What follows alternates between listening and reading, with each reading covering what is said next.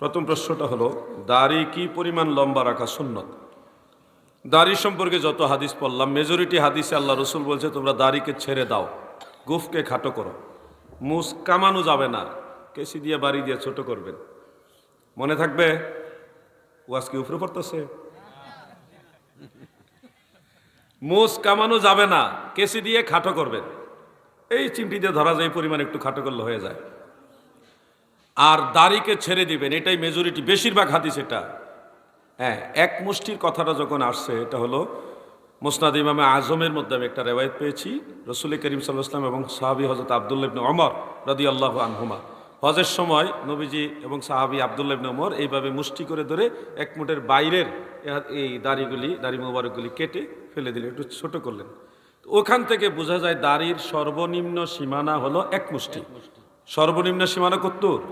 এক মুষ্টি। কেউ যদি এক মুষ্টির নিচে দাড়ি রাখেন, দাড়ি হবে কিন্তু সুন্নত আদায় হবে না।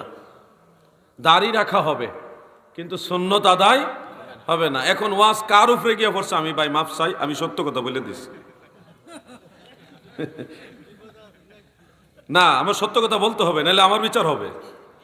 আমি যতটুকু সম্ভব আমি মানার চেষ্টা করি, এবং আপনাদেরকেও বলবো সুন্নত তরিকা নিজের জিন্দেগি সাজান।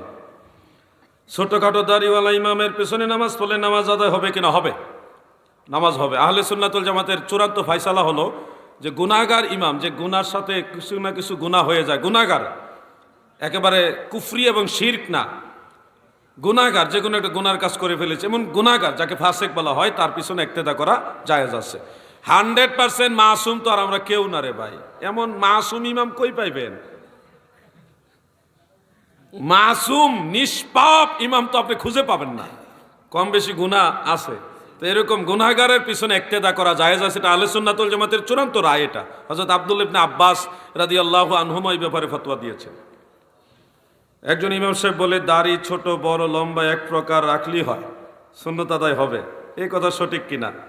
কোরআন হাদিসের আলোকে বিস্তারিত জানালে উপকৃত হব। যেটা আমি বলেছি, উনি যদি দাড়ি ছোট রাখলে সুন্নত আদায় হয়ে যাবে, এই ফতোয়া কোনো রেফারেন্স দেয় যে অমুক কিতাবে আছে, আমাদের জানাবেন, আমরা যাচাই করে দেখব, জানার চেষ্টা করব।